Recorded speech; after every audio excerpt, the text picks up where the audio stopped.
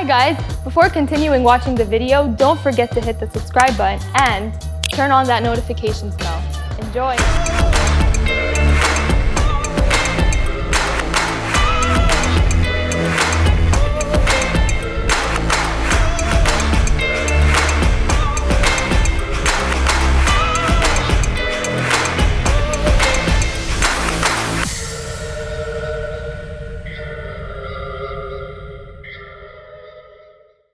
Okay.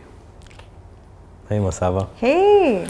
So, you've watched a bit, so we'll start with something that is typical, but signature. Who is Masaba? No, that's second. Okay. Okay. I'll start with how are you really doing? How am I really doing? I'm a bit anxious. These days I'm a bit... I think I'm having a midlife crisis. I think. But other than that, I'm in a very, very happy place. So you can be happy and in a midlife crisis at the same time? I think so. I think so. I don't think that human beings are just one thing. None of us are just one thing at all times. I think that we keep evolving, we keep changing, and through the day even, we're just different things. So at this point, I might be 3 or 4 things. What makes you think you're going through a midlife crisis? Well, I'm 33. 33? Yeah. And I feel like I've been designing for 12 years, but I feel like I'm at this place where I need to make a life decision in terms of my personal life. And you know, all those things start playing on your mind where you're like, I should have a baby and I should be married again. I was married many years back. I'm divorced now. But welcome to the club. Oh yes. Okay. Second time's a charm. No, but I'm saying this because I got married very young at 26, and I also got divorced very quickly after that. So I feel like I missed 5 or 6 of the best years of my life, which is why I say I'm having that midlife crisis, because I feel like I'm old. You feel old? I feel old because I feel like, I mean, I started work when I was 19 years old. And I wish that I knew some of the things that I know now. I wish I knew them back then so that I could apply them. Like? Like just the kind of stuff that I tolerate or tolerated back then, just the kind of my work ethic, how to treat my employees, how to treat myself, and how to really, you know, I wasted a lot of time being underconfident when I was younger. So I wish I knew the power of confidence like I know it now. I wish I knew it back then. But you know, Masaba, from confidence is an interesting topic that I think people, as many things in life, we like to simplify. And from the little that I've been thinking, which I think I should think about it more, confidence I feel is like departments. So if I bring a bicycle, you probably ride it without thinking twice, because you've ridden a bicycle so many times, khalas, it's like that. If I tell you to sing in front of 50,000 people, you might freak out because maybe you haven't done it enough, right? So you can be super confident riding a bicycle, but very not confident in the on stage. And the point on confidence is I feel it's like a muscle. So even the idea of a bicycle, if I stop riding a bicycle for 10 years, and then I'm not as confident anymore. I need at least first few minutes to feel, okay, I got this. So I think it's literally like a muscle that you go to the gym and you keep working out, and then if you don't work out, it goes away. So you need to... But when you go back, you're back in there. Correct. You know? But my point to you is, you said I would have loved to have the kind of confidence maybe you have today, or learn how to, but you cannot. It's like a muscle. You took time to build it. I would say that confidence is like brushing your teeth every morning. Like you get up and you just do it. It's like a hygiene check, you know. And I feel like in some way or the other, it has to become a little bit like your daily routine. Like you do, like, you go to the bathroom, you call up your mom. Why can't you be confident? I wish I had that awareness when I was younger. But you make it sound so easy. Like how does somebody just practice confidence on a daily? I think it should be easy. I think that's what should be easier than fear. We're so easily fearful of things. Why can't we be, like, I'm really fearful of things. And I wish that I was as confident of things instead. Do you know what I mean? Like, we feel like walking into a room, we feel like, what's your leg looking like today? And you feel so many things, what does someone think of me? But I wish that I had that much confidence. So yeah, it's easy because we fear so much. So if we just switch that off and change that, I wonder what it would be like. I don't know. It's an interesting thing to think about. Yeah. But you, like, seeing you today, I feel you're very serene and very confident in your own skin. I've gotten there now. I have to say that it was in the pandemic that it changed me. I worked very hard on myself because I was just, I was like a puppet before that. You say something to me, you nudge me, and you get that reaction from me. And people really knew how to press my buttons, but not anymore. Good. Yeah. So I really worked hard on myself. On the point you mentioned about fear, the thing is, it's in our creation. Fear is necessary. Too much fear is paralyzing. Too little fear is reckless. Yeah. You're not afraid of a train that's coming very quick and you jump on the rail and you die. Yeah. And if you're too careful, you never get on the train. So what's the right balance? But you also mentioned that, you think, oh, what's somebody thinking about my shoes or whatnot. And it's that, I read this, how back in the day, this is God knows caveman years, right? The clan years. It's, if you were ousted, that's the penalty. There was no prison, right? If you were pushed out of a tribe or a clan, you probably die because an animal will eat you or another clan will take you or attack you, right? Yeah. So it's built in us to conform. Human beings want to feel part of a clique or a group or friends. Or why didn't they invite me? Why did they all go to this party and not let me know? Yeah, FOMO. Exactly. It existed from back then. If you reach a point, you're like, fuck this, I don't give a shit if I'm invited or not. If they don't find value in me, why am I forcing myself to be invited? Okay. Like, why do I feel bad if somebody didn't invite me to a birthday? If they didn't feel the need or the want for me, I should be like, cool, at least I know that you don't like me or are not interested in me. I will find somebody who is interested in me and probably will say, please make sure you come to my party. But this idea, will somebody say, why is she wearing red? Why is she doing, and this idea that what are people thinking? It's a problem. And I really link, I'm talking too much, you're making me talk, I need to shut up. This is Masaba Masaba talks now. We link, I think confidence is very much directly correlated with self-acceptance. So when Masaba is really at peace with who she is a very confident energy person. You walk into a room and people will feel it. If you are insecure wearing this, everybody will feel it. Yeah, would feel it, But you're like, this is how I want to dress today with sneakers.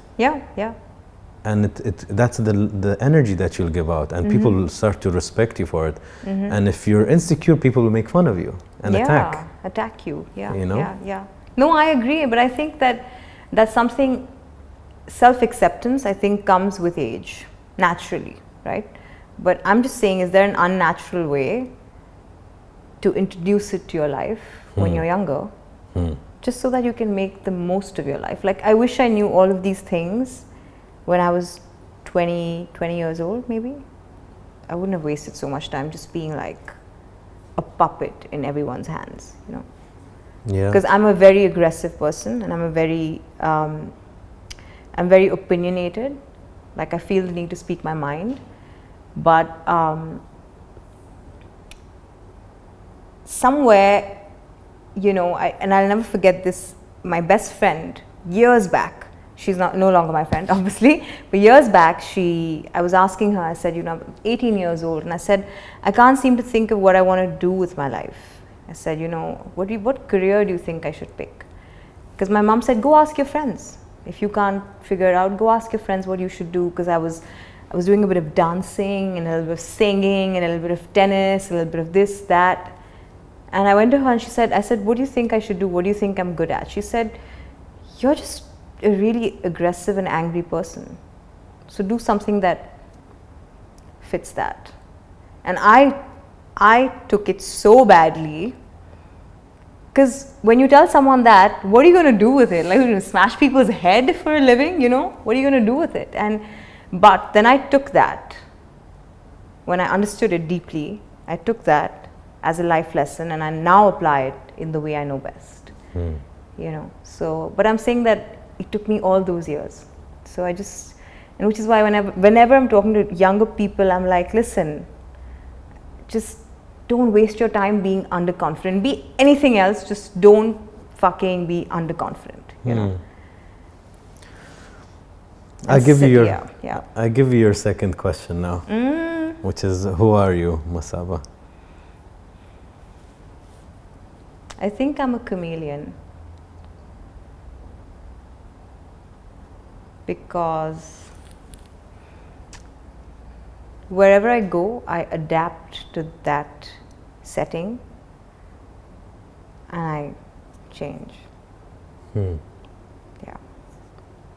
Then where's Masaba and all of that? You know, it's weird, but I see myself from the outside all day, every day. As in, it's like, and this is what I was telling someone, that I had no pain, remorse, emotion when I got divorced. Zero. And I'm such an emotional person that I thought I would be a wreck. I had nothing. I had no feeling whatsoever. And when I went to therapy right after that, and I said, you know, doctor, there's a problem because I don't feel anything. It's a big life event. I don't feel anything. And she said, why do you think that is? And I said, I think it's because I'm viewing Masaba from the outside. It's like she's a different person and I'm watching her life unfold. Do you know what I mean? So I don't think I'm ever in that skin. I'm in someone else's skin and I'm watching this person. It's true. Because ever? Never. Yeah, it makes me wonder, who are you? You know? If you're so adaptable. Yeah, I literally, like, it's like she's in front of me and there's this life unfolding and I can see it happen, and I feel bad for her sometimes, sure. I feel happy for her, I feel proud of her or whatever I have to feel, but that's it. It's a cord, I cut it. When I see it, I watch it, I feel it, and I cut it. Did you ever break down after, when you went to therapy? Like, because it seems by looking on at Masaba from the outside, there is a disconnect, right? Because you're like, I'll keep her at distance so I'm not immersed in her emotion, although you're an emotional person. Yeah. But when you went to therapy, was she able to place you and immerse you in that position, or you always stayed outside? I went to 3 different therapists just for the same thing. Because if someone's going to find me in there. And because I thought that, and I really believe that when you hold things inside of you, that's where disease comes from. I really believe that. Same. I feel like... I think cancer comes from a lot of that also. It does. Heartbreak. Like, there's some people that I know who were friends and who passed away, etc. And I always say that some of them passed away just because of heartbreak. You know, they may have been in an accident or whatever, but I just feel like heartbreak killed them because they just held so much inside. So I went to these therapists and I said, you know, I feel like I'm holding things inside me and I don't want to get sick. Because clearly I'm either someone who's trying to, you know how your body just shuts, your brain shuts down aspects of your life as form of like a defense mechanism almost. But I went to them and I said, you have to help me like, I want you to break me open. And it didn't happen. Interesting. Yeah. I know, I think there is a way. Oh, shit. For sure there is a way. But I'll ask you another question. In sports, are you more expressive? If you're angry, if you're powerful, Yeah. will you shout?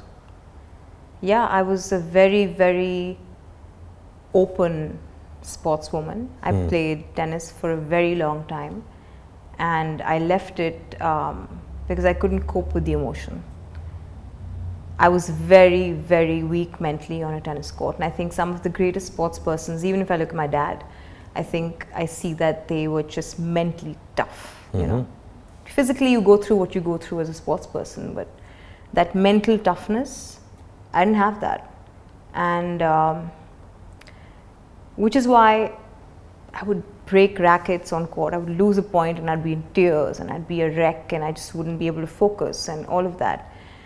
And but then I left it because I said, you know, I'm just too emotional and to be a sportswoman. I think I should be something else. With animals, are you expressive? I like them, I don't love them. To be very Children honest. like or love? Or Like. despise? like very much. Children? But yeah. From afar, or you like to be close? I like to be close, but in measured doses. Not Like too- an auntie? Like an auntie. Yeah, I'm just like, hello, oh, you're so cute. Okay, take care. Bye. Where's your mother? Take you back. Yeah. Yeah. Yeah, I find it very interesting how you're... But I find it interesting and I find it extremely tiring being you. Really? Yeah, because I think you want to feel. You're dying to feel. But And- that's the thing I do feel, but it's just that it's so- I'm not saying you're not full of emotion. You're a volcano of emotions. Yeah. But it bothers you that sometimes you're not immersed, you're not in the moment. Yeah, I'm never in the moment. I'm like this. You have a very, very high wall of the defense mechanism. Very high. Like a guard, you mean? Yeah, a wall. Like you can't even climb it. That's why these therapists, I'm not saying they're good or bad. Sometimes it's about compatibility. They were not compatible to Masaba. That's it. The wall was too high, or they just didn't know how to climb it. And you just need somebody to throw you a nice ladder, and you'll climb it yourself. But why do you think that is? Why do you think it's so high up? Because I believe, I've always told people that my guard is always down. I'm like, I don't have a guard. We all do. Of course. But I don't know, do you feel like what you see is what you get? With you? Yeah? I think you're very guarded, but I think our energies, you would tell me stuff you wouldn't tell other people. That's true. Yeah. That's true. I think our energies will trust each other. Yeah, and I love the idea of energies over, you know, because sometimes people tell you something, and I feel like what happens in today's day and age is that you don't meet anyone with a clean slate. You know, you've been fed information either via their social media or something someone said to you about them, or their experience, their biases against that person. I feel like you never know somebody from like ground zero, you know. But I trust energies, and when I walk in and I will say hello, and I know if this is a safe space or not. So we'll dig more. If I give you a white paper and I tell you to draw and express your mental state, what would you draw? A girl a baby girl, like a kid with very large eyes, shocked almost, but with a huge smile. But shocked. Shocking smile. Why? But they're not related. It's two different emotions. So explain. Like, big smile because I'm happy. I truly am. But wide-eyed because I also don't know what the fuck is going on. You know? Yeah. I think that's fine.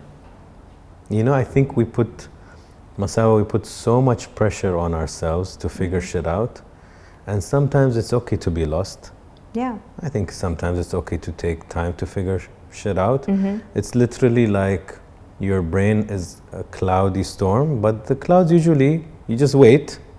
It starts to clear. Yeah. And your brain, you're like, oh, okay, now I know what I want to do. And I'll come back to your career because I think there's something there. But first we rewind. We go back to how was your childhood? My childhood was...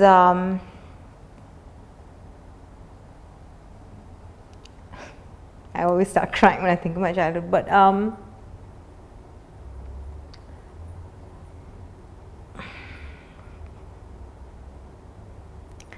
I think it was very kind of unusual, and this is just because I think it was an unusual setting for being a kid growing up in India.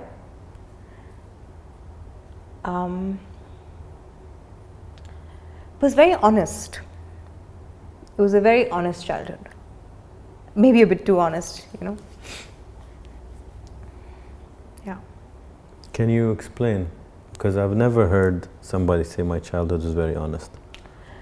You know how you have parents who are always trying to protect you from things as a child because they think that a child should only be shown the good things in life and the positive things in life and bright shining things, which is not how life always goes, right? But with me, I think my parents were very honest about their relationship, which was unconventional for Indian standards because they weren't married ever. And I was born out of wedlock, so it was weird. Late 80s, to be a child born out of wedlock in India was nuts. It was a taboo, nearly, you know. And I think that they were so honest about the fact that they never wanted to marry. So you know how when a child is in the room, they're like, shh, say the right things and don't take bad words and don't say bad things, say nice things. But in this case, it was just honest. They were like, this is who we are. My father was very clear about how many times in a year I would see him. I knew exactly what to expect from the both of them as parents.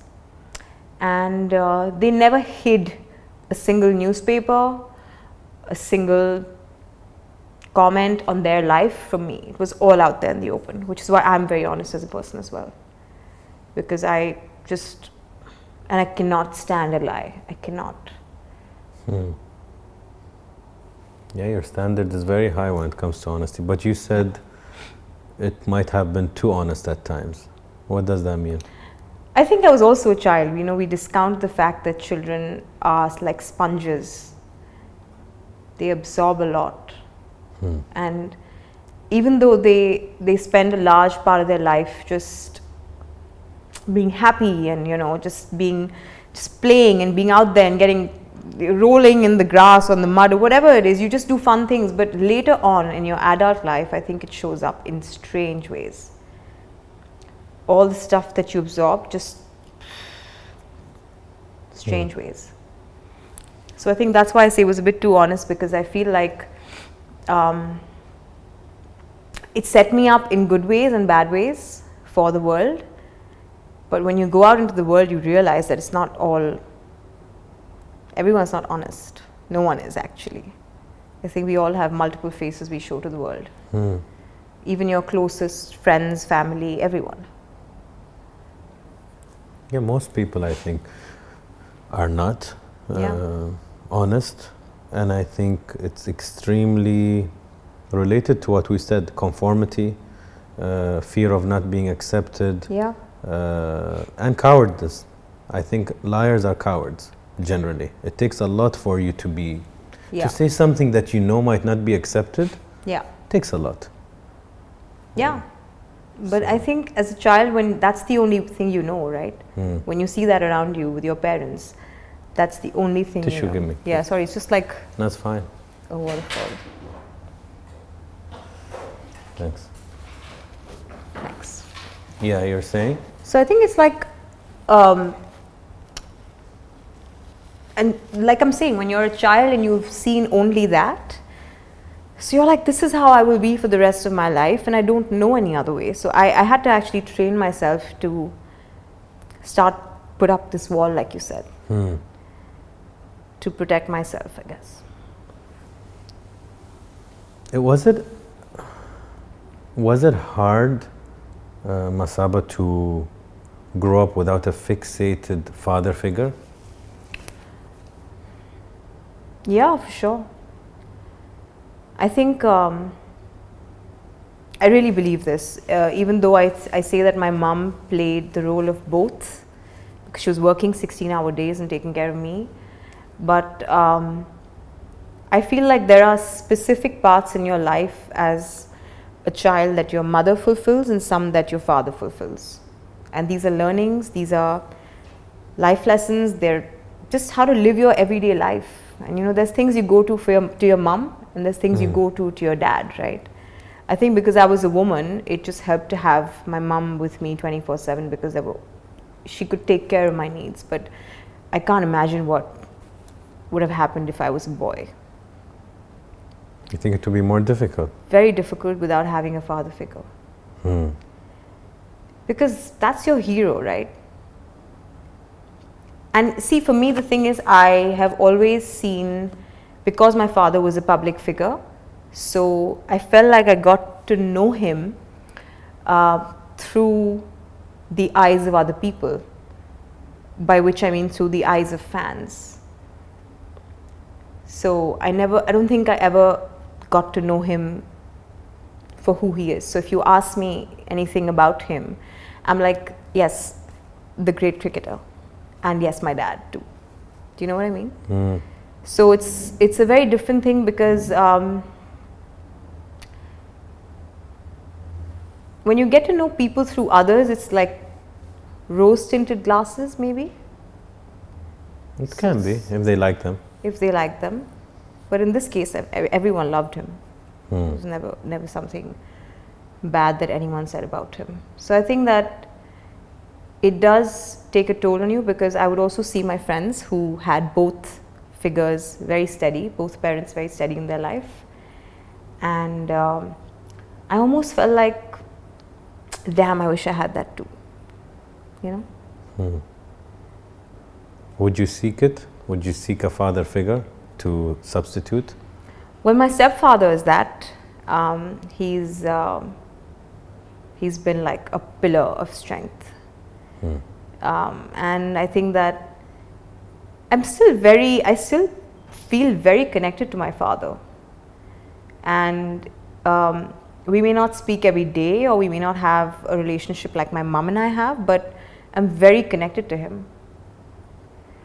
And I'll tell you why. Because for years when I was a kid, I grew up hating the idea that why can't he be married to my mother? Like, what is the problem?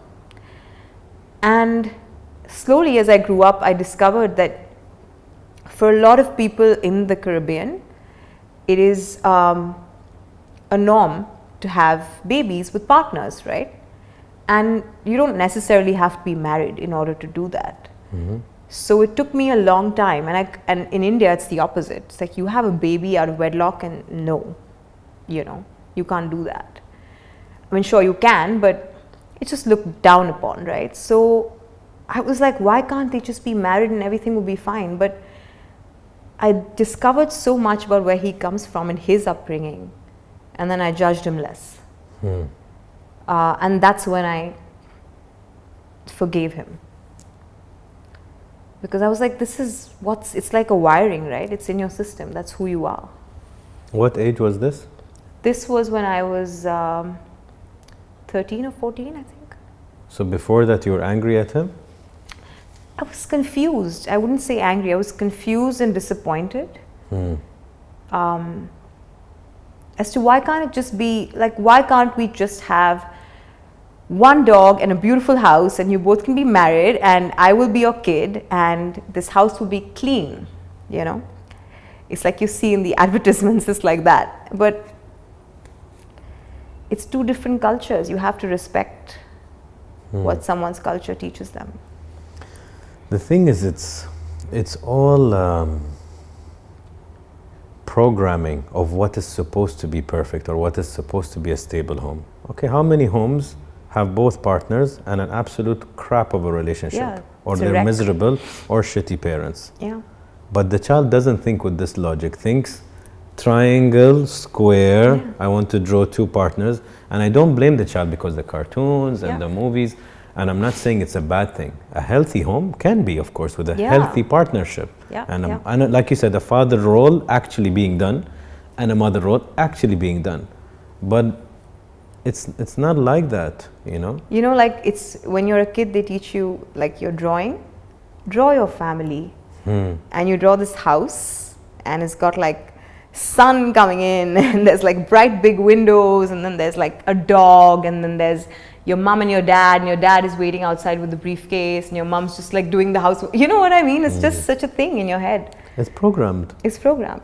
You know, and even for me, it was like, how do I tackle when my kid has to draw that drawing in school, right? And I'll tell, I just made it. I'm like, at least you have two houses. Yeah. You know, I have to find another positive. And like, at least we're friends. Yeah. You know, friends is more important. Yeah. And it's so important to be civil. And like your mom and your dad, I think they're still friendly or civil, Everyone right? is, which is And the that's beauty so of important. it. Yeah. You know, if they're not, Yeah. and which a lot of parents do when they get divorced or never married or whatnot, they attack each other. Also, I'll tell you another thing is that everyone tried, except my mother, everyone tried to push me to dislike him. And I was like, 1 second, should I be disliking my father or should I just be accepting him for who he is because he doesn't come from here? He doesn't have the programming that I do, you know? And I think that's what hits you because as a child, you're just being pushed towards, no, you should just cut all cords. Why? Absolutely. We have a different relationship, it's fine. Why do you said that when I talk about my childhood, it makes me sad or I cry? I don't know. I don't know. It's probably you because I've never I've spoken about it a lot, but I don't think I've ever been like. I don't know. It's probably because it feels like an open space to chat about. You see, there is emotion. Yeah. I should have just come here instead of spending all that money on my therapist. Yeah. That's the beautiful thing about you, Masaba. I think sometimes you give up hope on Masaba. And you shouldn't. Like, look at how beautiful. You have so much emotion. Yeah. You know? And I think sometimes you're afraid that you're lacking it, but there's definitely no lack. No, and I also think sometimes I fear that it's going to get in the way of my decision making. You know, because everyone tells you that being a woman in business, you have to make unemotional decisions. Be less vulnerable, be less naive. You know what I mean? Like, be tough, be a tough boss. And I just think that some of my best decisions have been made because of my gut. And my gut is nothing but an emotion. I know it's connected to the brain and all that, but I think it's an emotion. It's a feeling, it's an instinct. It's like, you know, when you walk into a room and you just don't like someone, and there's no reason, they haven't said anything to you, they're doing their own thing, but I think that's your gut. It's telling you something. I read a crazy stat. It said, I don't know the exact figures, but I'll give you the idea, that your brain per second processes 40 million pieces of information. Wow. And you are only consciously aware of 40. 40. Wow. That's the ratio. I don't know the exact number, but it's that crazy. So my point is, when you say gut feeling, the moment I come and say, hey, your brain just in those 2 seconds did around 80 million pieces of information. You're right. So it says, safe, not safe. Should I be vulnerable? Is he judging me? Why is he looking at me this way? I don't like him. Why is he dressed this way? You do all of these things. Even when people go on a date, right? The first time they go out on a date.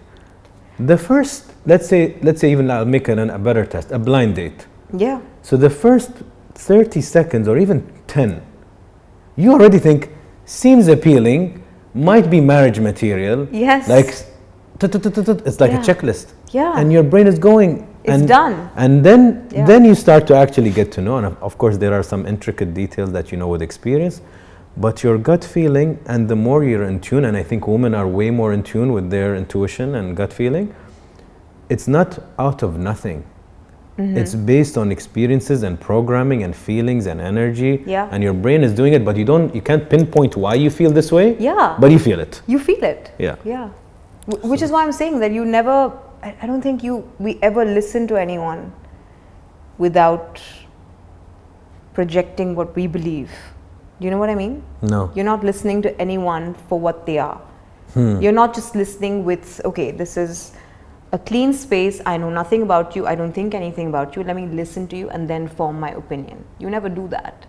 You project what you believe about them and then listen to them in that sense. Do you know what I mean now? Yeah, and I read something also close to what you said. It said, we already make up our minds of things and then we look for facts just to support it. Exactly. So if I say you're arrogant, I'm like, yeah, she's arrogant, I'm going to interview her today. Yeah.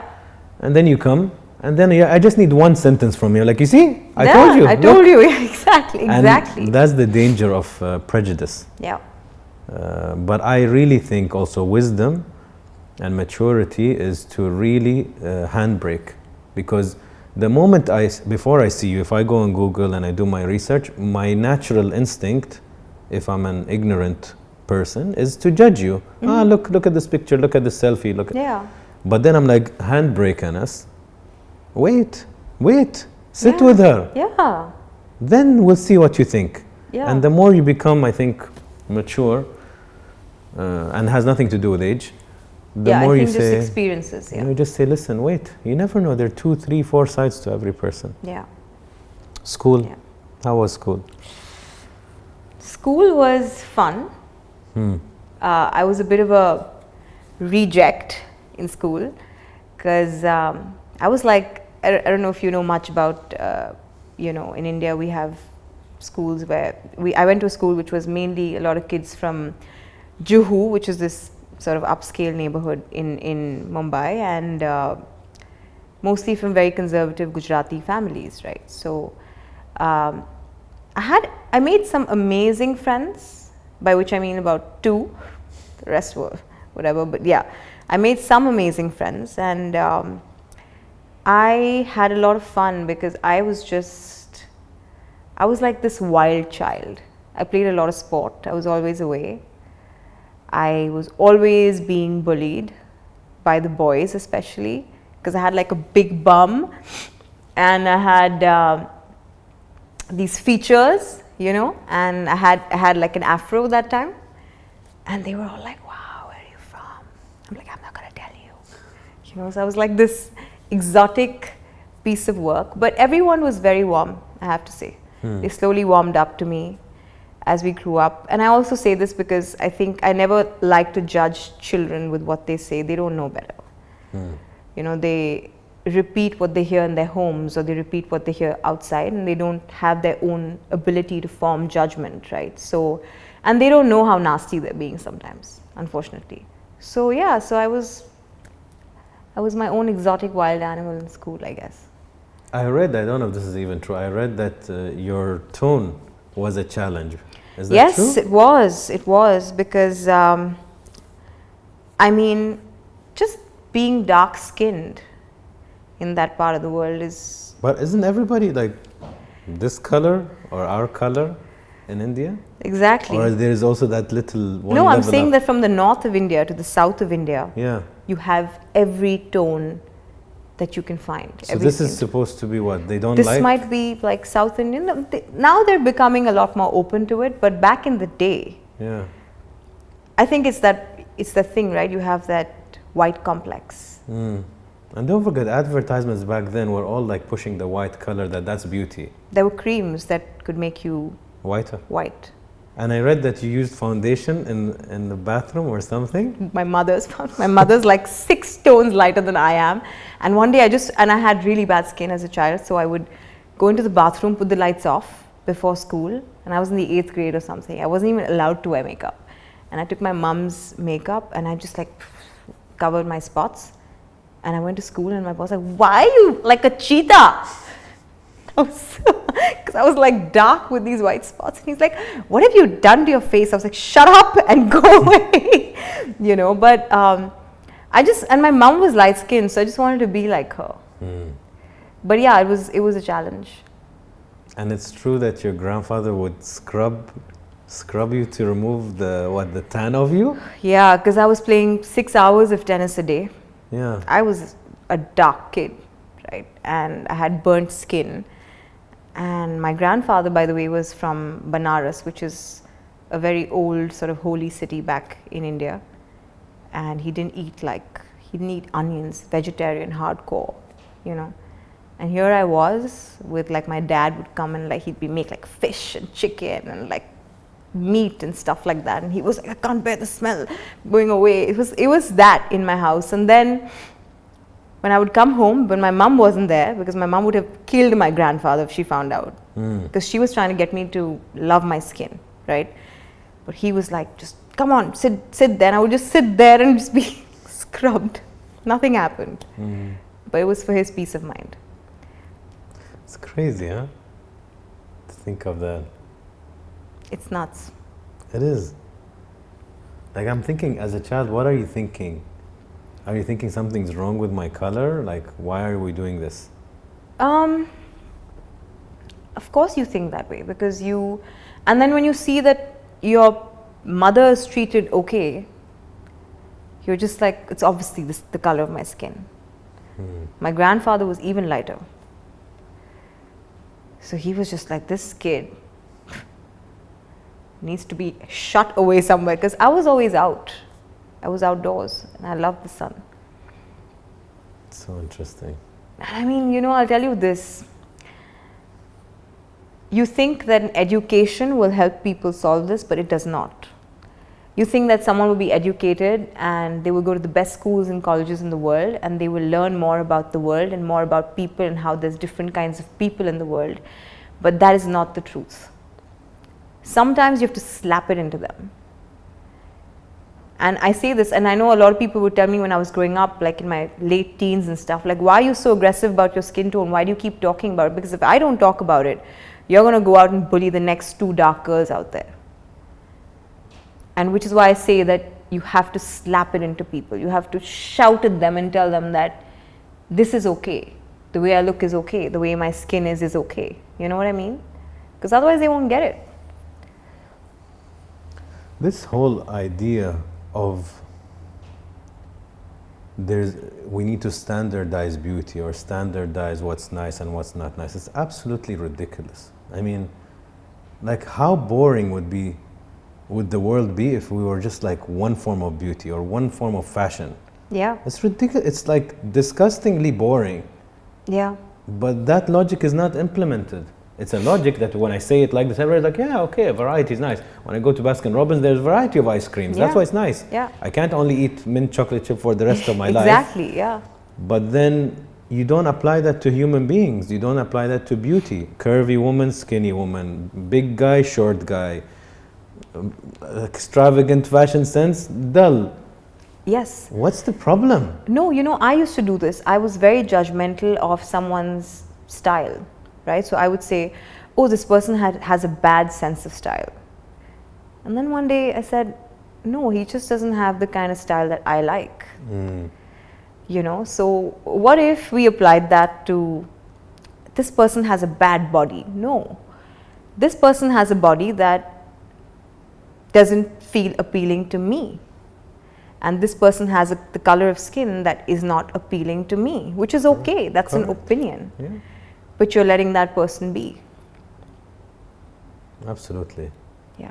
Like, I keep thinking, where do we get off as human beings thinking we have a right to dictate our likeness onto people? Yeah. No, I don't like this on you.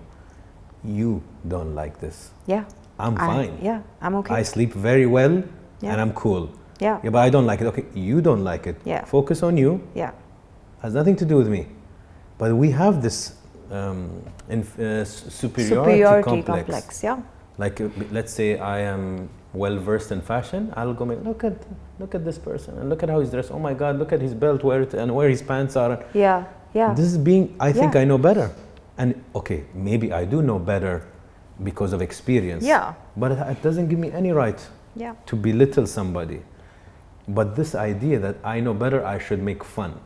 Yeah. Why? Because you feel better now? You just destroyed somebody? Yeah. It's and you know, I mean, my father played cricket at the peak of racism.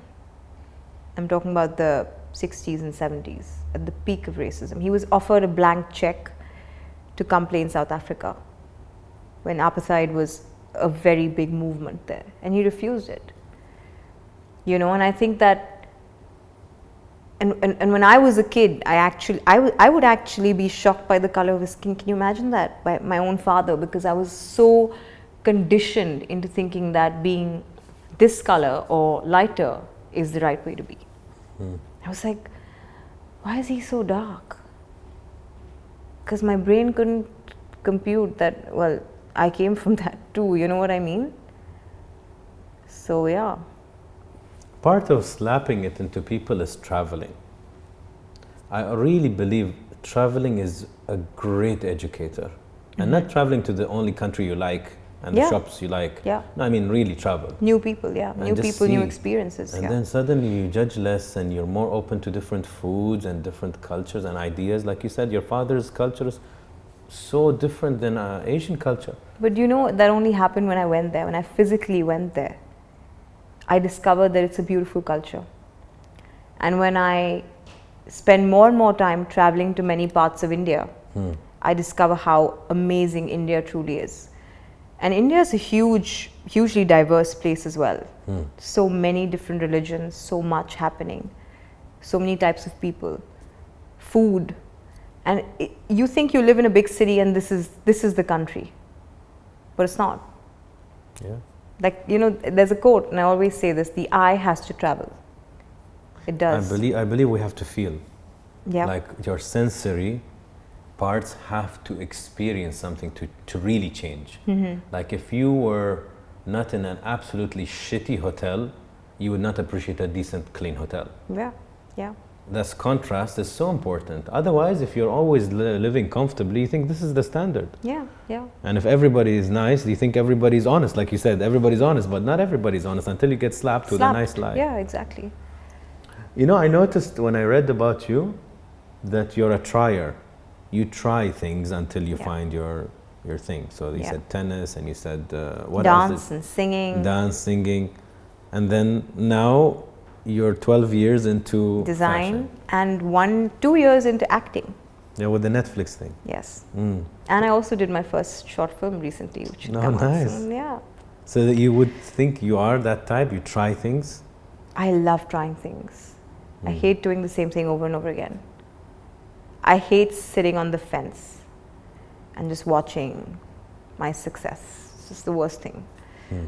I like trying things. I like seeing what it makes me feel like. And actually, of all the things I've tried, I felt like when I was in front of the camera, when I did the Netflix show, I was expecting myself to be a nervous wreck, because it's not what I do every day, right?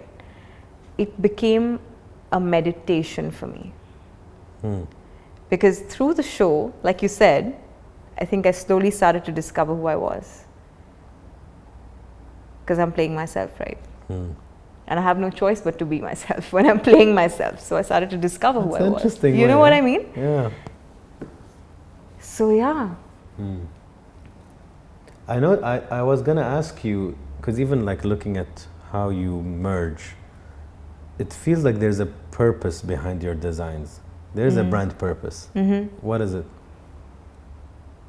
It's to make people feel something. I think fashion has the ability to move people, and I say this in full confidence because I feel like fashion can be relief when it's a tough time. It can be a pain sometimes. It can be just you don't like something and it brings about such a strong emotion in you. So I think fashion can really move people, and I always try that. I do prints, I do a lot of print, and I say this, that each print is a conversation. Now it's up to you to decide whether you get it or not. But Yeah, it's yeah, cool. That's a nice idea. yeah, To instigate conversation. instigate conversation. Like, you know, when you see someone wearing something, just like, why must he be wearing that? Mm. Why that print over that? Why this color over that one? Mm. Why sneakers with a dress? Yeah, Mm. That's cool. I think it's a way of getting to know people. So, True. Yeah. I'm a I have big love for fashion. Mm-hmm. I love it. I think it's a way to express yourself. It is. Every single thing you're putting on you, your Everything. bracelet, yeah. your Yeah. everything is saying something. And why do I wear this over something else the next day? Mm? You know, Mm. it's like, I feel like you also express how you're feeling. And I say this to my staff in my stores, I say that if you truly listen, every consumer who walks in is telling you something. And if you listen, you can actually, that's your data. Mm. We think data is like 10 red dresses, 5 blue dresses, or this silhouette works on a woman. No, it's actually what that consumer is saying to you. Mm. You know why I laughed? Also, I Why? smiled because I do my Insta stories every day, and whatever I'm wearing, I take a picture Yeah. and I put mood, Yeah, as in my mood for the yeah, day. yeah. And a lot of people are like, "What do you mean mood?" Yeah, I'm like, "But yeah. that's my mood today. Yeah. This is how I feel." Yeah. You know, and if you're listening or visualizing, you're like, "Oh, that's how he feels today." You Yeah. know, that's how he wants to express himself. Unfortunately, on Instagram, you're just like, Yeah, I think people see but don't look. yeah, And they hear but they don't, Don't listen, listen, you yeah. know. And I think you need to put a little effort. That's why when I say how are you really doing, the word really makes you suddenly think maybe he actually wants to know. yeah. And the next time someone asks me how I'm doing, I was telling someone I'm going to say I'm doing shit. And they will just be like, no, we don't want this response. We don't want to get into this conversation with you. Just say, I'm good, how are you? Yeah, You know, and then it's all done. it's all in the person asking. If you feel, again, your subconscious feels he's not even interested, it's a formality, you say, oh, good. But if somebody's like, no, I'm really asking you, tell me, Masaba, tell me. Yeah. And you're like, really? No, yeah, really, tell me. And then you're like, okay. Suddenly you let go. Yeah, you let go and then you just. And you It's know a what release. people do, Masaba, when I ask this question? 80%, they go, Yeah. everybody. Yeah. A lot, I mean. They will take an exhale, like they'll take a moment. Which is so interesting that Or you look nobody's giving away. you permission to just Yeah. take a moment and actually think, how am I feeling? Yeah, we underestimate how much a sigh really means. We really do. You want a fun question? Yeah, let's do it. Okay, we'll do it. After my tears. I don't think I've done this much in English, which is cool. It's a cube question. Have you seen it? Okay. No, good. no. Okay, we'll go with it and then I'll explain it. Okay. So now I need Masaba's imagination. So close your eyes and imagine, Masaba, a very quiet desert, and you're in Dubai, so it shouldn't be that difficult. Okay, straight. And then suddenly, in this very quiet desert, you see a cube appear. Visualize the cube and tell me, what do you see? How big is the cube? It's pretty small, that big. Okay, It's right up in the air, floating. floating. Okay, is it transparent or solid? No, it's got lots of color. It's got Lots of colors. a ton of color, yeah. Okay.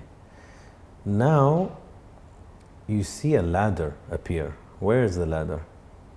Right in front of me. So if I'm looking at this view, it's before the cube. That's what you're saying? It's actually after it, but I can't reach it. So behind the cube. It's behind the cube, yeah. Is it close to the cube or far? It's close, but not close enough. Okay, how is it, tall or short? It's halfway there. Taller than the cube? No, shorter than the cube. How many steps? 6, 8, 12? 6, 7 steps. Okay, is it new or old? It's old. Old, made of? Wood. After the ladder, you see a horse. Describe the horse. It's right by me. So now we see cube, we see ladder behind it, and then we see the horse on your left. Yes. Okay, close to the cube or far?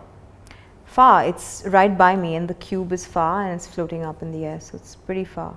And the horse, how does it look like? It's a chocolate brown with. It's got everything on it to like. Ride it. Ride it. Is it standing? Mm-hmm. Okay. After the horse, you see flowers. Where did they appear? Floating on top of the cube. Okay, a lot or little? Just that much, like a bouquet. Okay. Healthy, wilting. Yeah, very, very fresh, beautiful. Okay. Final thing that appears is a storm. Describe the storm. It's really far away in the distance. Okay. Not affecting anything. Mm-mm. Cool. Open your eyes. Give me the phone. I'll explain this to you now. Just the big phone. That was, your imagination is fucking sharp, man. Like, you're just like, which was pretty cool. Okay, so let me find this quickly. This one, while I'm searching, is a research done by a Japanese psychologist, if I'm not mistaken, and it's called cocology. And one of the team members introduced me to it, and I thought it was so interesting, and I started using it. Like only a bunch of, it depends on the guest, and it's interesting. I'll tell you now. So the size of the cube is the size of the I or your ego. So the cube is directly related to your impression of yourself. A smaller cube introduces the possibilities of you rather being the more shy, introverted, modest type who would much rather blend in than stand out. And you said that you're a chameleon. So you got that one. Yeah. Then you said floating cubes Yeah. connect to the more artistic type of, oh shit, Wow. type of person. Often you're dreamers and creators as well as the spiritually elevated. Wow, I'm spiritually elevated, you guys. Nobody cries like this. Okay. A solid cube tells you that you know who you are and are not easy to manipulate and carry self-assurance. Interesting. Okay. Now we talk about the ladder. A ladder that is standing apart from the cube implies that you probably resolve most of your issues without the aid of family and friends. Okay.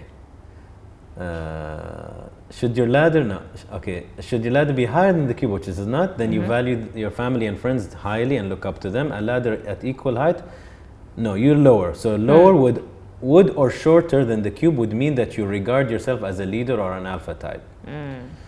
So then you said the older ladder is direct result of your subconscious relating to how well or how long you've known your friends. Let's say that you have a brand new ladder, then the friendships that you have in your current space are probably new. You said old, so you're more older, and you said the amounts of steps on the ladder relates to the amount of people in your circle. 3 to 5, you would rather have a handful of friends. Yes. I said 6, but 5 is enough. Anything less than 12 is small.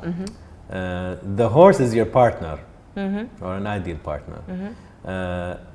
Sturdy, so you said not a prancing horse. So one important thing is how close to the cube it is, and it's not close at the moment. It's not close, yeah. So a partner or an ideal partner is not that close at the moment. Insecurities and uncertainties in a relationship would be depicted as a horse moving away from the cube, whilst a horse moving towards the cube would be a sign of a new relationship or whatnot. And then the interesting one, the flowers. The flowers. Yeah. So the flowers means how many children you would like to have or see by your side. So it doesn't have to necessarily be your children. Like let's say a kindergarten teacher, I would assume would think, if they love it, they would think of a lot of flowers or being around, like an auntie also, because you like the idea of children. Being around kids, Or it's a very motherly or fatherly also question to see how somebody's like, I don't want flowers. Maybe they don't have that intrinsic feeling of, I want to take care of children. A cube that is overgrown, it's not overgrown, but the flowers could imply that your children are kept very close. This could be draining or heavy on oneself at times. You said healthy flowers, which was good. A vibrant blossoming garden reflects the health and prosperity of your children as well as your relationships with them. And your flowers are on the cube, were on you. That's you, the cube is you. Yeah. So the idea of children being very close it's difficult for me to explain. Okay. But it's interesting to see how you like the idea of healthy kids Yeah. and close to the mother. Yeah, very to you. close. Yeah. Mm-hmm. And the storm is your fears. Far away. Yes, if the storm is vaguely in sight or on the horizon, you are at more peaceful inner place. However, the closer the storm, the closer. So yours is very managed. Yeah, it's cool, huh? That's cool, huh? It is. I love this question. I'm going to play that with a lot And of the people. first one was so spot on. Yeah. Like the the floating and yeah, that was cool. nuts. Okay. But it's so funny how it came to me visually, like it all You're just. also creative. Yeah. So these things come to you. Yeah. What I love about these questions when I start to insert them in the interviews is because I chase vulnerability and I know that 90% of people can't be vulnerable. I like asking indirect questions, like subconscious questions, because then they're open. They're like, yeah, rainbow, da, da, da, and they say everything. And they don't know what I'm asking. Yeah, exactly. If I tell them what's your ideal partner, you're like, wallah, I want this and this and this. And Supportive. it's too perfectionist, Yeah. or idealistic. Yeah. Love, what does it mean to you? Love to me,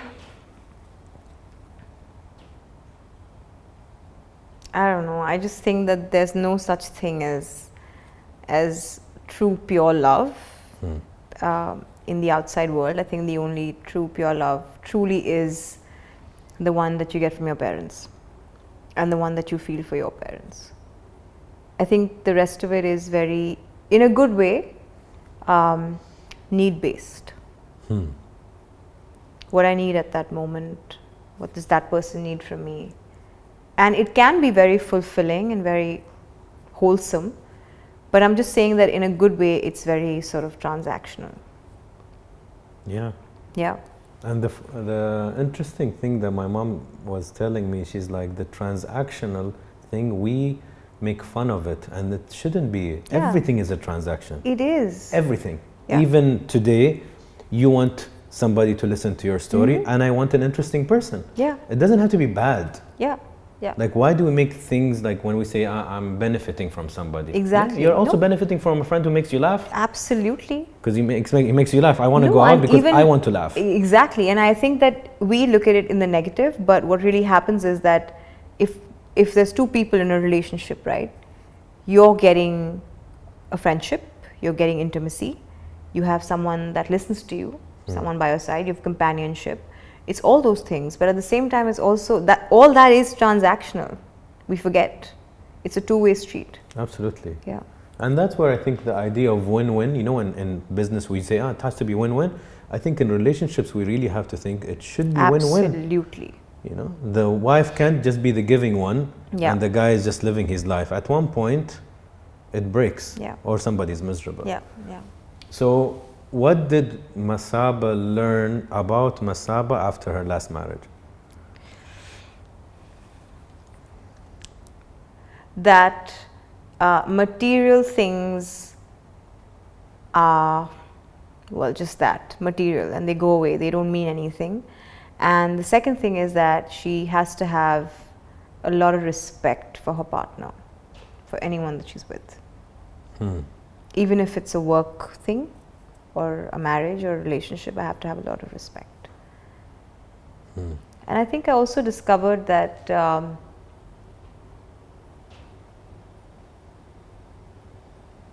intimacy and the physical part of a relationship is not a benchmark for why you should be with someone.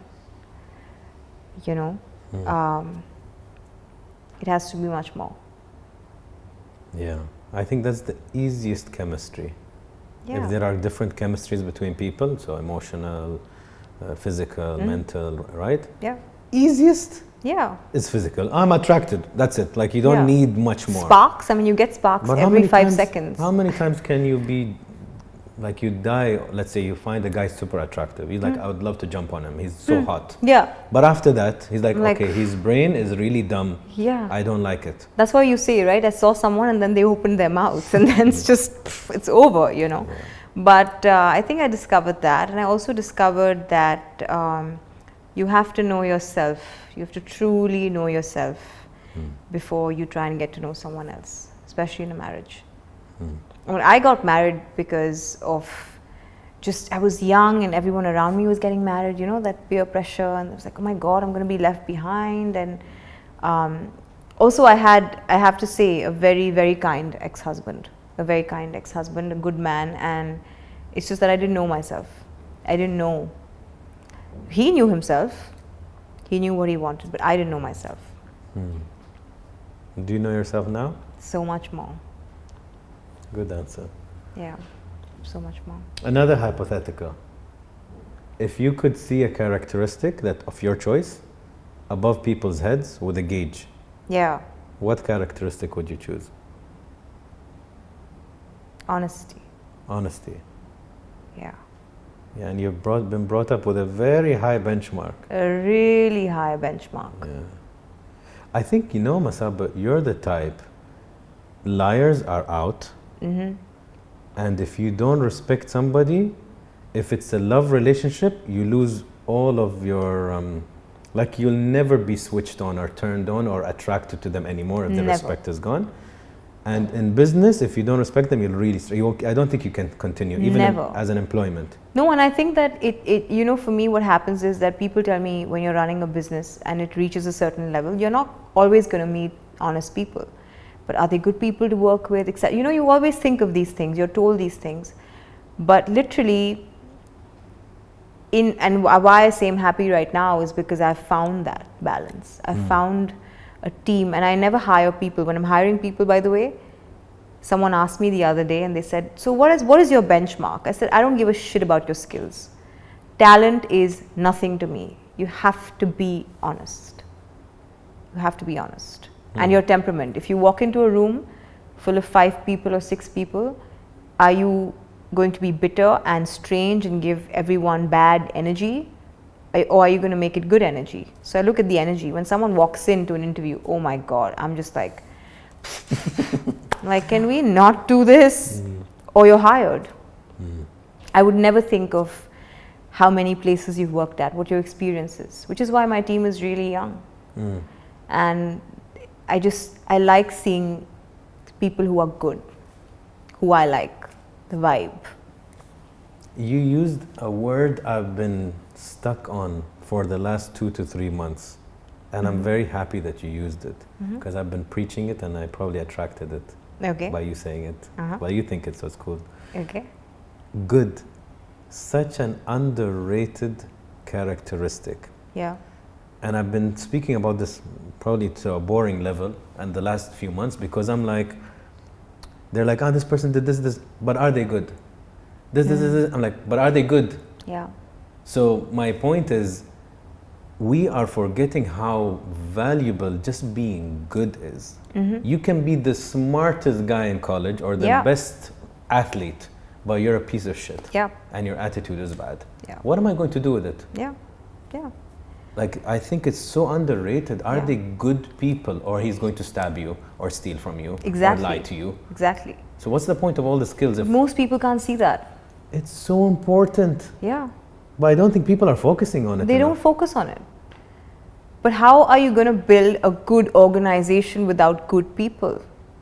It's not going to happen. So? It's never going to happen. And how are you going to be in a good relationship if you're not with a good person? It's really simple. You're right, we overlook it. We overlook, absolutely. Like, if I get an HR person to give me an assessment report, there's not one fucking rating about if the person was actually good. Was he a good person? He did this, his marks are here, he has this much experience, he's done this project. Are they good? Yeah. I need to know this. Yeah. Like, did you ask about their childhood? Did you ask about, I don't know, what makes them happy? Where do they go on the weekend? Yeah. Like, what's their top 3 values in life? Yeah, yeah. Anything. The other day I was interviewing someone and for a very high level position, and I said, hey, where are you at in your life? And he said, oh, you mean like my career? I said, no, that I can see that. Where are you at in your personal life? How are you feeling? Where are you? Because imagine getting someone, I mean, we also underestimate that when you have people working for you, you expect them to come in there and be 500%. And the other day I was being irritable with someone and I was like, why are they not doing this and why is this late, whatever. And someone told me, you know, they might come with a lot of baggage from home. Things may not be great at home. And the thing is, it's easy for you and I because we run this, right? It's our baby. So it's easy for us to say, you know what, I'm going to shut everything down, come in there and give 1000%. But not for someone else. It's not their baby. Absolutely. And it will never be. It'll never be. And you should stop expecting them to treat it like it's their baby. You know, if they treat it like it's their adopted child, you're already lucky. Yeah.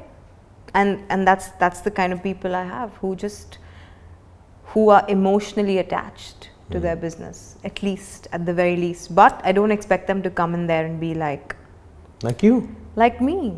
Yeah, of course. And this is a mistake entrepreneurs do. Yeah. I'm like, why aren't they treating it? I'm like, Anas, they're not you. Yeah. Stop it. Yeah. You know, and if they give you close to you, you're lucky. Yeah. That level of loyalty and dedication, you should never let it go. Absolutely. And which is why that's what I'm saying, when I'm hiring people, I'm like, can I look you in the eye and tell you exactly what I'm feeling? And can you do the same? Then maybe. Okay. What makes you feel valuable?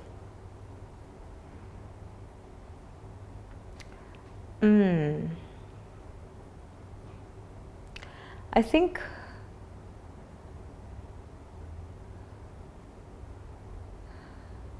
I don't know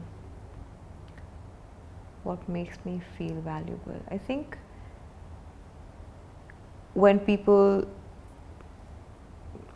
see me as I am, when they accept me as I am, when I come as I am, and I don't have to put on a show, and you like me anyway, or you respect me anyway, if this is like a business meeting, and that I'm allowed to share my weaknesses and you're okay with it. Yeah. It's a good answer. Yeah. If you were to be reborn, would you choose the same life? Oh, 100%. I have a good life. That's nice. And what is Masaba afraid of? I'm really afraid of losing my parents. I am petrified of them, of death. I'm petrified of it. Because like I said, it's the only true relationship you ever have in your life, and it would be, I keep thinking of how I would ever come to terms with it. You won't. Yeah. And I'm telling you I've had many stories on this chair, Masaba. And I've had people who are in their 60s, 50s, never over it. Never over it, yeah. And it's really sad. And I'll tell you an interesting story. Last week I was with a friend who's like a sister to me. And her father is struggling. Okay. You know, cancer, on and off. And I said, you know what's sad? Is our parents are gonna die. Yeah. And she's like, and I didn't say it in a cruel way. I said it and I told her we'll all break down. Yeah. I'll break for sure. It's just that guarantee in life, unless some random thing happens that we die before our parents, which is also a possibility. Which is also possible. Not that usual. But we're gonna break, Masaba. And it's sad. It's a reality. And I think sometimes at the moment, I am for talking about it. You know, when people's like, no, don't talk about it. Yeah, yeah. I'm like, no, talk about it. Yeah. Because it is something that we know is there. It's inevitable. Just love the hell out of them. Yeah. You know, I love seeing these videos, and I think the algorithms of social media really know what I like. So it's throwing up all of that. I saw this video. Yeah. Which the guy is asking the other guy. And he goes, how many times do you see your parents per year? Yeah. And he goes, twice. Wow. He goes, okay. How much longer do you think they have? He's like, I think 5 years. So he's like, you're saying till they die, you're going to see them 10 times. Wow. But how interesting is this? This is building priority. Yeah. If you come and tell me, Anas, I see my dad 4 times a year. And you say, if God wills, he has 10 more years. Are you okay with 4 times 10? Not at all. You see. Exactly.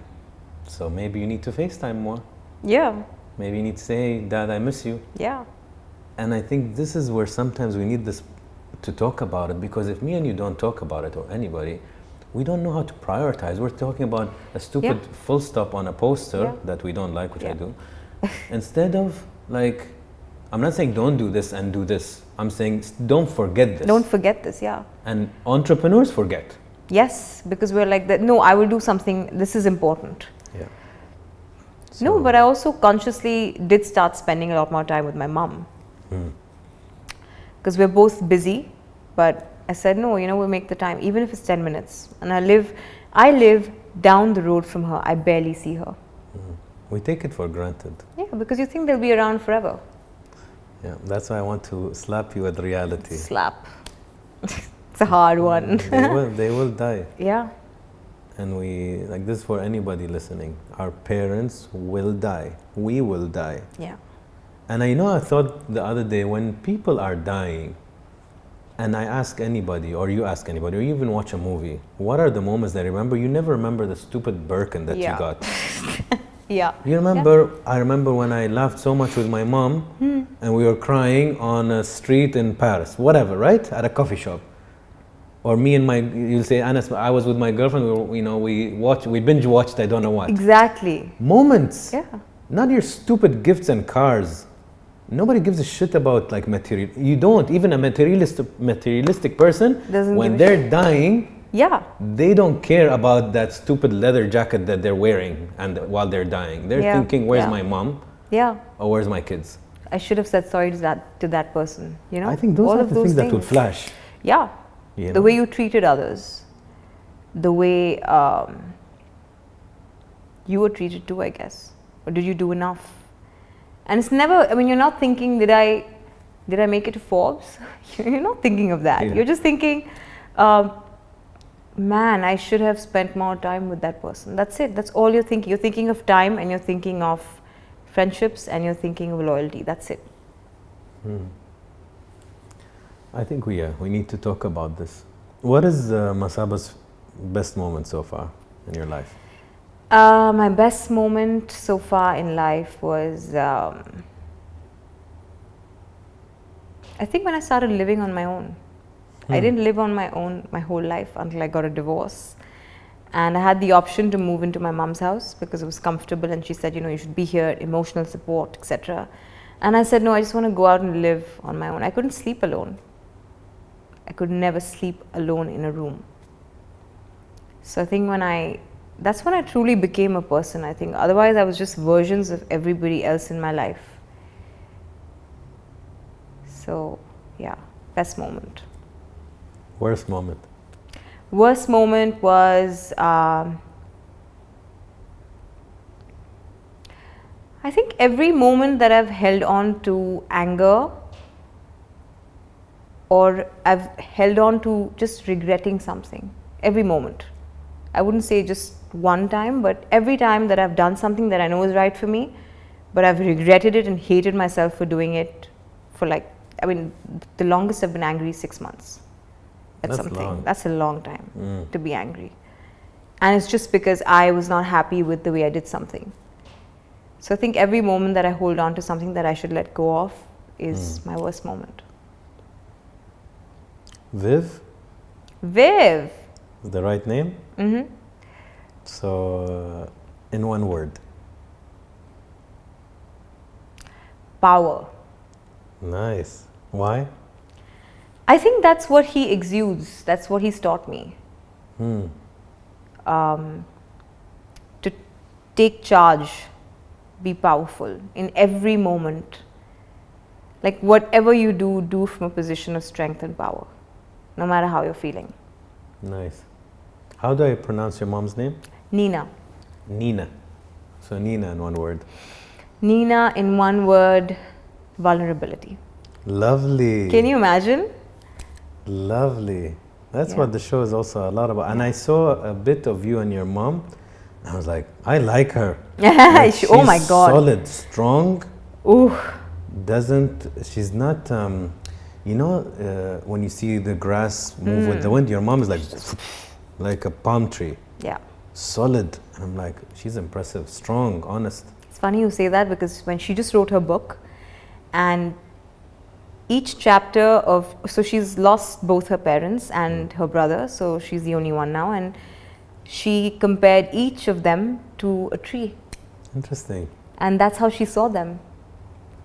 And I think it was my mama, which is my mom's brother. He passed away of cancer a couple of years back, and she compared him to a really sad tree. A large tree because he was very intelligent and he was very, very, very sharp and smart, but he was just always sad. Interesting.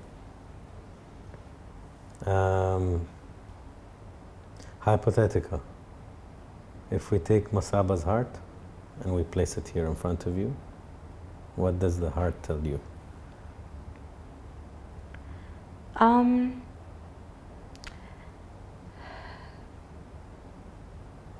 Relax. I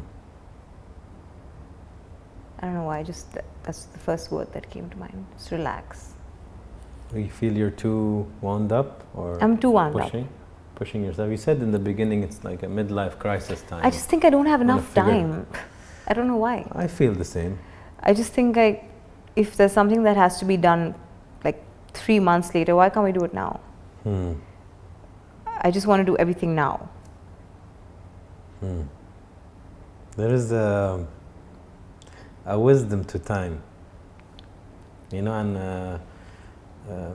I learned this, and I noticed I did this, and I learned to imprint it even more and recognize it more. And I say, cook things. I like to cook things slow and cook them well. Yes. Because if you cook fast, you either burn or you undercook. Undercook, yeah. And a lot of the times, even in business, you do something quickly, and then the proposal is wrong, or the piece is wrong. Yeah, you miss a detail, something. Shit. Yeah. But cook it slow, but cook it well. You know, then you have something you're like, I like this one. I think patience, I have to learn that. It is a learned skill. Yeah. I think so. Yeah. Final? Masaba in one word. Naive. Naive. Why do you say that? That's who I am.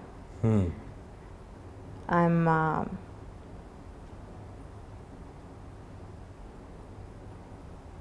yeah, I'm just, can I say naive chameleon? Is that allowed? I don't know, but I'm naive. Naive is interesting. I've never got that answer. I'm naive, yeah. I like believing things, and I like believing in people. I like believing in the things they say to me. Yeah, so We're similar in that. I'm too literal, and I will take your word. Like, I've been in situations where I heard so much about somebody, let's say, who's backstabbing, and I'm the guy who will come to you. Like, I don't like this chit chat behind you. I'll be like, okay, I've heard 1 and 2. Yeah. And then they tell me whatever. I'm like, okay, I'll take your word, although it might be an absolute lie. Yeah. And I've been there. You know, it's funny, but when someone asked me this a couple of months back, Masaba in one word, I was like, fearless. I was like, no, I'm not fearless. I'm full of fear. So yeah, I'm naive. You tell me something and I'll take it. Thank you. Thank you. Thank you. This was good. Thank you. How was it for you? Good. Oh my God, it was a cleanse, emotional cleanse. You're a very cool person. Oh, thank you. Yeah, like I really think you're cool, and I think you're rare. And I think, you know, Masaba, little things that I would tell about you is you really need to chill a bit, not a lot, because it will never happen a lot. I know your wiring. I have similar wirings. We're fooling ourselves to think suddenly we'll become very zen and meditate for 4 hours a day. It's not going to happen. 5 minutes makes a difference. It does. I agree. Going to a resort for one night makes a difference. Reading a little more makes a difference. So you need to breathe. Breathe maybe is the word. Breathe a little more. I need to breathe, yeah. And I think the right person is going to make you reflect. Not a it doesn't have to be a therapist, but to mirror you. Yeah. You know? Because you want to see your reflection.